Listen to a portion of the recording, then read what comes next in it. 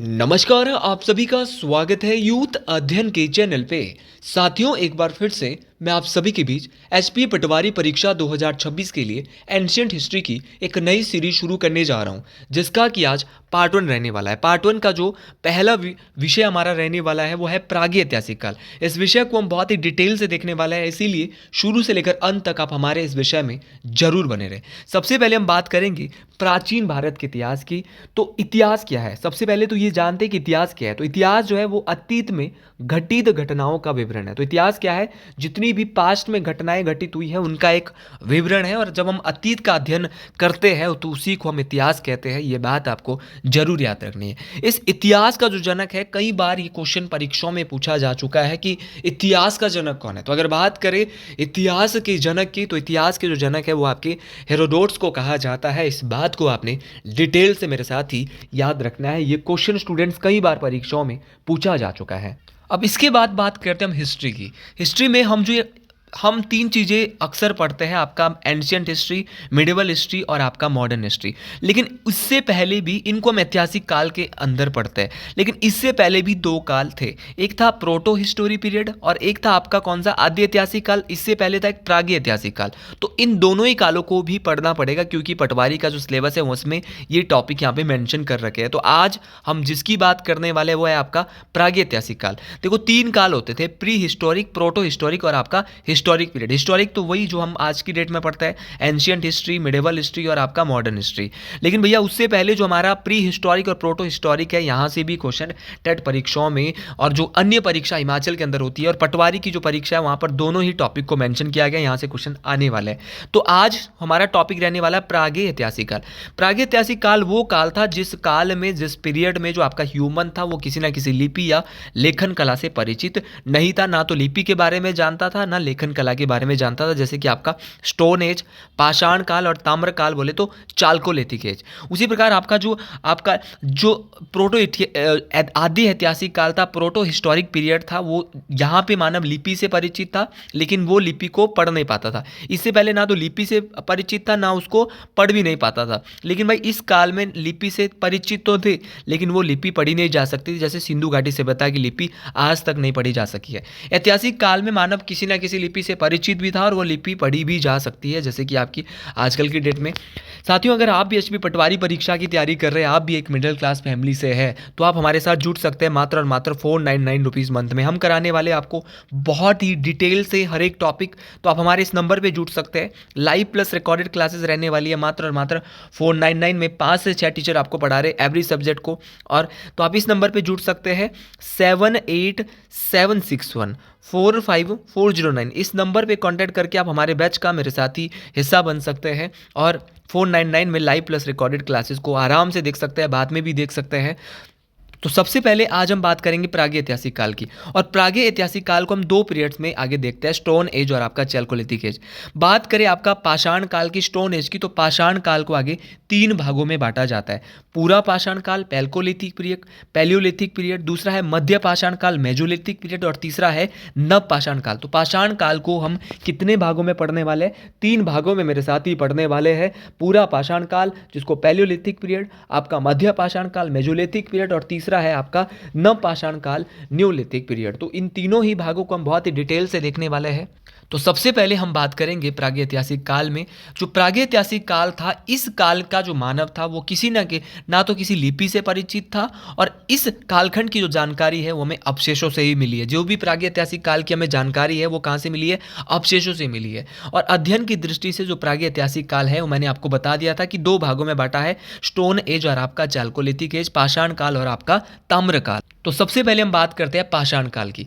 पाषाण काल भारत में जो है वो स्टोन एज के बारे में, पाषाण काल के बारे में सबसे पहले 1863 ईस्वी में एक व्यक्ति होता था और उस व्यक्ति का नाम था रॉबर्ट ब्रूस फुट। भाई रॉबर्ट ब्रूस फुट ने पाषाण कालीन सभ्यता की सबसे पहले इसकी डिस्कवरी की, इसकी खोज की थी। कब की थी? 1863 में। तो ये क्वेश्चन कई बार आपका जो पटवारी परीक्षा है वहाँ पर भी पेपर बहुत टफ रहने वाला है, इसीलिए आप बहुत ही अच्छे से इस सीरीज़ को पढ़ ले।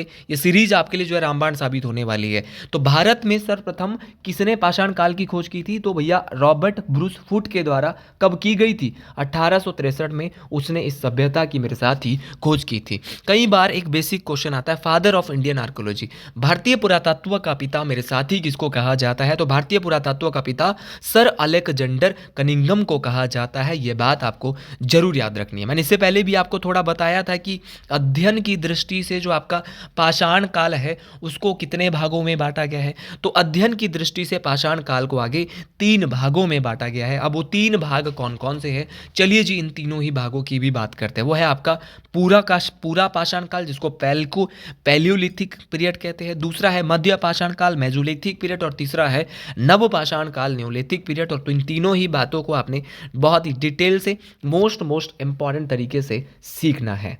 तो सबसे पहले अब हम बात करेंगे पूरा पाषाण काल की, पैलियोलिथिक पीरियड की। पैलियोलिथिक पीरियड यह जो है वो हिस्ट्री का सबसे प्रारंभिक समय माना जाता है। तो बहुत बार ये क्वेश्चन आ सकता है कि इतिहास का सबसे प्रारंभिक समय कौन सा माना जाता है? तो पूरा पाषाण काल इतिहास का सबसे प्रारंभिक समय मेरे साथ ही माना जाता है। इसकी जो टाइम पीरियड है, जो आपका पूरा पाषाण काल की जो काल अवधि है वो 20 लाख बीसी से, बीसी होता है ईसा पूर्व, 20 लाख ईसा पूर्व से 1200 ईसा पूर्व मेरे साथ ही मानी जाती है। अब क्वेश्चन कई बार पूछा जाता है कि किस काल के मानव को आदि मानव कहा जाता था? तो जो आपका पूरा पाषाण काल का जो मानव होता था, इसी काल के मानव को मेरे साथ ही आदि मानव के नाम से जाना जाता था। टाइम पीरियड आपको जरूर याद रखना है, 20 लाख ईसा पूर्व से 1200 ईसा पूर्व इसका टाइम पीरियड है। अच्छा, मेरे साथ ही कई बार क्वेश्चन पूछा जाता है कि इस काल के मानव का जीवन कैसा था? अस्थिर था। अस्थिर बोले तो मतलब कि मानव जो है वो मतलब स्थिर नहीं था, इधर उधर भटकता रहता था। वो शिकार करके अपना भोजन का क्या करता था? संग्रहण करता था। मतलब कि वो अपने भोजन की जो पूर्ति है वो शिकार करके करता था, शिकार करता था, खाता था और इधर उधर घूमता रहता था। इस समय का मानव खाना बदोश था। ये क्वेश्चन कई बार, ये क्वेश्चन सीधा आ सकता है कि मानव का जीवन खाना बदोश किस काल में था? तो पूरा पाषाण काल में था। और मानव का जीवन अस्थिर भी किस काल में था? ये भी आपका पैलियोलिथिक पीरियड में था। इस समय जो मानव की सबसे बड़ी उपलब्धि थी वो आग की खोज। ये क्वेश्चन कई बार आया है और दोबारा भी आपके पटवारी परीक्षा में आपको सीधा देखने को मिल सकता है कि किस समय के मानव की सबसे बड़ी उपलब्धि आग की खोज थी। तो पूरा पाषाण काल का जो मानव था, इसी काल के जो मानव की अवधि थी वो भैया उपलब्धि थी वो क्या थी? आपकी आग की खोज। तो सबसे बड़ी उपलब्धि यहाँ पे जो हासिल करी थी पूरा पाषाण काल के मानव ने, वो आग की खोज कर ली थी। तो ये क्वेश्चन कई बार पूछा जाता है कि आग की खोज किस काल में की गई? तो पूरा पाषाण काल में, पैलियोलिथिक पीरियड में आग की डिस्कवरी यहाँ पे हुई थी। इस समय जो मानव था वो पत्थर के बड़े बड़े औजारों का इस्तेमाल शिकार करने के लिए करता था। वो उस समय क्या करता था मानव कि जो पत्थर के मेरे साथ ही बड़े बड़े औजार होते थे उसका प्रयोग करता था शिकार करने के लिए। तो एक क्वेश्चन पूछा जाएगा कि पूरा पाषाण काल में शिकार करने के लिए मानव कैसे औजारों का प्रयोग करता था? तो पत्थर के बड़े बड़े औजारों का प्रयोग करता था। और सबसे बड़ी उपलब्धि आग की खोज के अलावा इसी काल में पूरा पाषाण काल के जो मानव थे उनके द्वारा मनुष्य ने, पूरा पाषाण काल के जो मानव थे उन्होंने सर्वप्रथम चित्रकारी करना भी इसी काल में प्रारंभ कर दिया था। भीमबेटका की जो गुफाएं हैं, भीमबेटका की जो केव्स है जो कि मध्य प्रदेश में देखने को मिलती है, यहाँ पर इसी काल के चित्र देखने को मिलता है। ये क्वेश्चन कई बार आपसे अगर पूछा जाएगा कि भीमबेटका की गुफाओं में किस काल के चित्र देखने को मिलते हैं, तो वो मिलते हैं पूरा पाषाण काल के मानवों के। मेरे साथ ही यह बात आपको इंपॉर्टेंट तरीके से डिटेल से याद रखनी है। अगला है आपका मध्य पाषाण काल, जिसको कहते हैं मेसोलिथिक पीरियड। पूरा पाषाण के बाद हम पढ़ रहे हैं मेसोलिथिक पीरियड। यह जो काल था, यह जो टाइम पीरियड था वो पूरा पाषाण और नवपाषाण के काल के बीच का संक्रमण काल था। और इसकी जो काल अवधि थी वो 12,000 ईसा पूर्व से जहाँ पे 10,000 ईसा पूर्व थी। थोड़ा सा यहाँ पे जो एक जीरो है वो मैंने यहाँ पे कम लगाया है, आप यहाँ पे ऐड कर ले। तो 12,000 ईसा पूर्व से 10,000 ईसा पूर्व जो है वो मध्य पाषाण काल का जो टाइम पीरियड था, इसकी काल अवधि थी। मेरे साथ ही इस काल के मानव ने जो है वो पशुपालन करना क्या कर दिया था? आरंभ कर दिया था। तो पशुपालन जो है वो किस काल के मानव ने आरंभ किया उसका? तो मध्य पाषाण काल के जो मानव थे उनके द्वारा पशुपालन करना जो है वो क्या कर दिया गया था? आरंभ कर दिया गया था। साथियों, जो मध्य पाषाण काल में है। इस समय मानव ने क्या किया था, छोटे और नुकीले हथियारों का प्रयोग करना शुरू किया गया था। ये क्वेश्चन आपसे परीक्षाओं में पूछा जाएगा। पत्थर के बड़े औजार तो इससे पहले उन्होंने प्रयोग कर दिए, कौन से काल में कर दिए, तो बोलेंगे जी पूरा पाषाण काल में, पैलियोलिथिक पीरियड में पत्थर के बड़े औजारों का इस्तेमाल किया। लेकिन जब क्वेश्चन पूछा जाएगा कि छोटे और नुकीले हथियारों का प्रयोग मानव ने किस काल में किया, तो भैया वो आपका मध्य पाषाण काल में किया। और आपको याद रखना है, इन छोटे हथियारों को एक नाम दिया गया माइक्रोलिथ। तो माइक्रोलिथ किन हथियारों को कहा जाता था, तो माइक्रोलिथ मेरे साथी किन हथियारों को कहा जाता था, मध्य पाषाण काल के छोटे व नुकीले हथियार जो होते थे मेरे साथी, इन हथियारों को यहाँ पे क्या कहा जाता था, माइक्रोलिथ कहा जाता था। ये बात आपको जरूर याद रखनी है। और इसी मध्य पाषाण काल में ही मनुष्य के द्वारा पाला गया सबसे पहला जानवर जो था वो कुत्ता था। ये बात आपको जरूर याद रखनी है। टाइम पीरियड जरूर याद रखें, 12,000 ईसा पूर्व से 10,000 ईसा पूर्व पशुपालन करना प्रारंभ किया, छोटे और नुकीले हथियारों का प्रयोग करना शुरू कर दिया। और इन छोटे हथियारों को क्या कहा गया, माइक्रोलिथ। तो माइक्रोलिथ क्या है, कभी कभार क्वेश्चन ये भी आ सकता है, इंपॉर्टेंट क्वेश्चन कई बार परीक्षा में पूछा जा चुका है, तो सीधा बोलेंगे माइक्रोलिथ यहाँ पे एक प्रकार का हथियार है जो कि मध्य पाषाण काल के जो मानव होते थे उनके द्वारा प्रयोग में लाए जाता था। और मनुष्य ने मध्य पाषाण काल में ही सबसे पहला जानवर कुत्ते को पाला था। इसके बाद हम पाषाण काल का जो तीसरा जो वो पार्ट है जिसको हम कहते हैं नव पाषाण काल, न्यूलिथिक पीरियड की बात करने वाले हैं।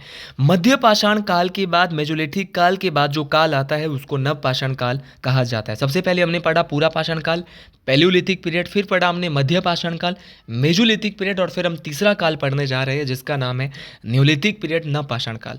साथियों, नव पाषाण काल का जो समय है वो 10,000 ईसा पूर्व से 3,000 ईसा पूर्व मेरे साथ ही माना जाता है। इन तीनों का आपको टाइम पीरियड जरूर याद रखना है।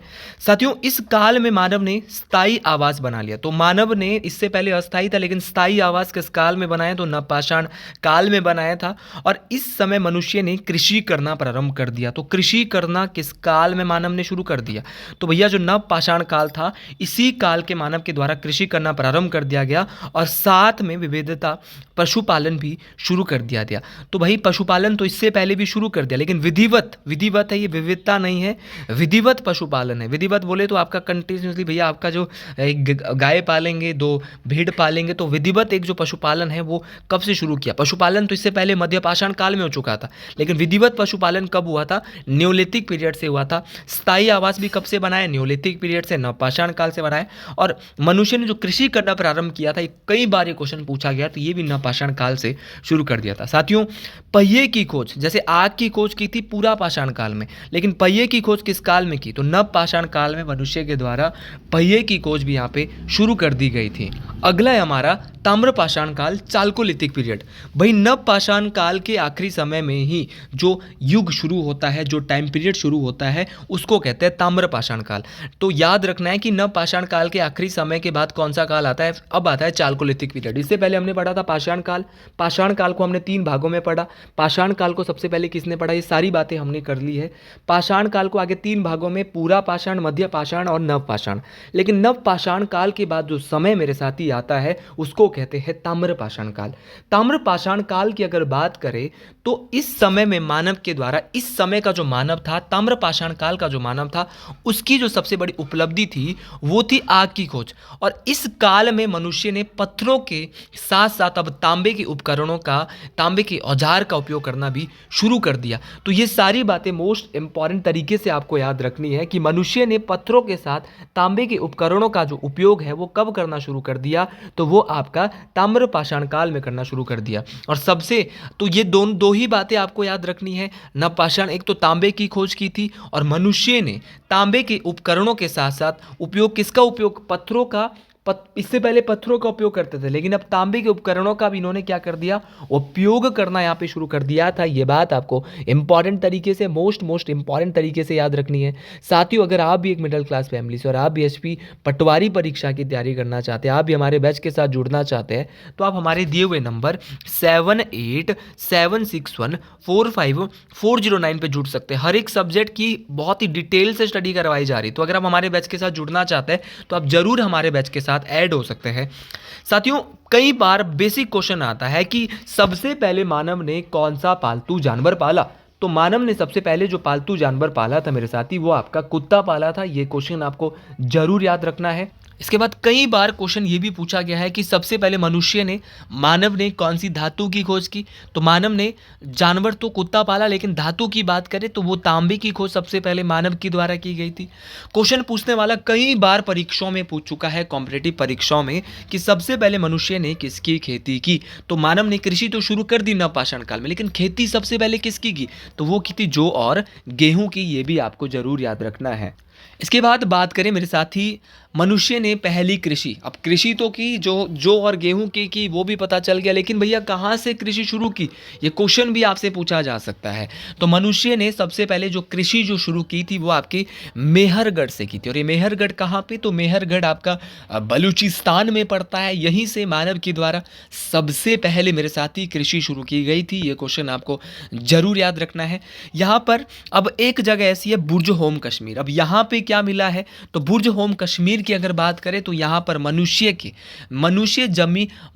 के साथ साथ जमीन के अंदर जो है वो क्या है, गड्ढा बनाकर रहता था। तो यहाँ पर जो आपका बुर्ज होम कश्मीर है, यहाँ पर मनुष्य जमीन के अंदर, मानव जो है वो क्या है, गड्ढा बनाकर गर्त आवास में रहता था। और यहाँ पर मानव के साथ साथ कुत्ते को दफनाए जाने के प्रमाण भी मिले हैं। तो ऐसी कौन सी जगह है जहाँ मानव के साथ कुत्ते को दफनाए जाने के अवशेष मिले हैं, तो ये बुर्ज होम कश्मीर में है। मेरे साथ ही एक जगह है कोल्डी हवा उत्तर प्रदेश। अगर बात करें कोल्डी हवा उत्तर प्रदेश की, तो यहाँ पर सबसे पहले चावल के प्रमाण मिले। तो सबसे पहले आपके चावल के प्रमाण कहाँ मिले हैं, तो ये कोल्डी हवा उत्तर प्रदेश से मिले हैं। ये क्वेश्चन आपको जरूर याद रखना है। अगला क्वेश्चन है आपका भीमबेटका मध्य प्रदेश में पड़ता है। तो भीमबेटका की गुफाओं में मनुष्य द्वारा बनाए गए सबसे पहले शैल चित्रों का प्रमाण कहाँ मिला है। तो भीमबेटका की जो गुफाएं हैं, यहाँ पर आपकी मनुष्य के द्वारा बनाए गए सबसे पहले शैल चित्रों के प्रमाण मिले हैं। तो ये आपको याद रखना है। मैंने आपको करवाया भी था, ये किस काल के है, पूरा पाषाण काल के। तो साथियों, आज के लिए मैं अपनी वीडियो को यहीं पे विराम देता हूं। अगर आपको भी मेरी वीडियो पसंद आई है तो इस सीरीज़ को अगर कंटिन्यू करना चाहते हैं तो कमेंट बॉक्स में ज़रूर लिखिए मेरे साथ ही हर हर महादेव, क्योंकि उनकी कृपा के बिना यहाँ पे यही वीडियो चल रही है। मैं माध्यम हूँ और माध्यम मुझे महादेव ने बनाया है। तो आप ज़रूर लिखिए कॉमेंट बॉक्स में जय शिरघुल महाराज, हर हर महादेव। मिलते अगले वीडियो में एक नए जोश, नए अंदाज के साथ। सभी को राधे राधे, हर हर महादेव।